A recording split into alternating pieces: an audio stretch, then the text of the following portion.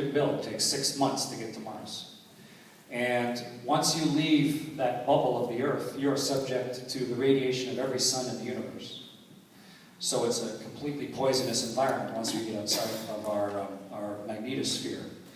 And we have no vehicles right now currently capable of going to Mars. We have no vehicle capable of descending through the Martian atmosphere with crew on board and safely landing on the surface.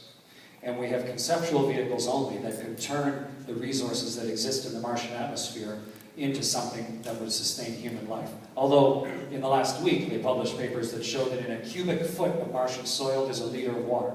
So there's lots of water on Mars, which is a great discovery that was announced this week. But we are technologically much further away from safely sending people to Mars than most people think. My personal opinion, and maybe I'll be proven wrong by the Mars Project, is that we can never go to Mars with the technology that exists right now. We have to be able to shorten the voyage. It's like saying in 1914, okay, I want an airplane to fly me to Australia.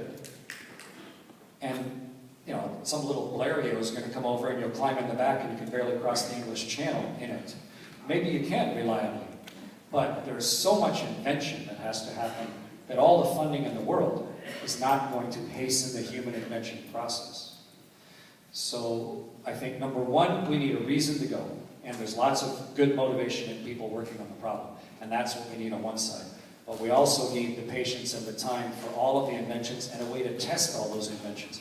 Because the first people that go to Mars in a situation like that are going to die. And we're never going to be able to fund it if we continuously kill people on the way to Mars. We need to have a very high probability because they can't turn around. Once you've fired your engines to go to Mars, you can't turn around. You don't have enough fuel to get yourself back. You'd have to coast 6 months, use like a slingshot around Mars and come back. So no matter what your failure is, you have to last at least a year. And then if you've got a one-way trip, there's no point in coming home. So I commend everybody who's got the imagination working on it. But at the same time, it is a lot further away from realization than almost everybody thinks. But when I was 9, it was impossible to be a Canadian astronaut. And I have now flown 3 times in space and commanded a spaceship. It only took, 44 years, but it happened in 44 years. And I am confident that we are going to live on Mars. It's a natural human expansion. We'll live in the space station, we'll live on the moon, we'll live on Mars.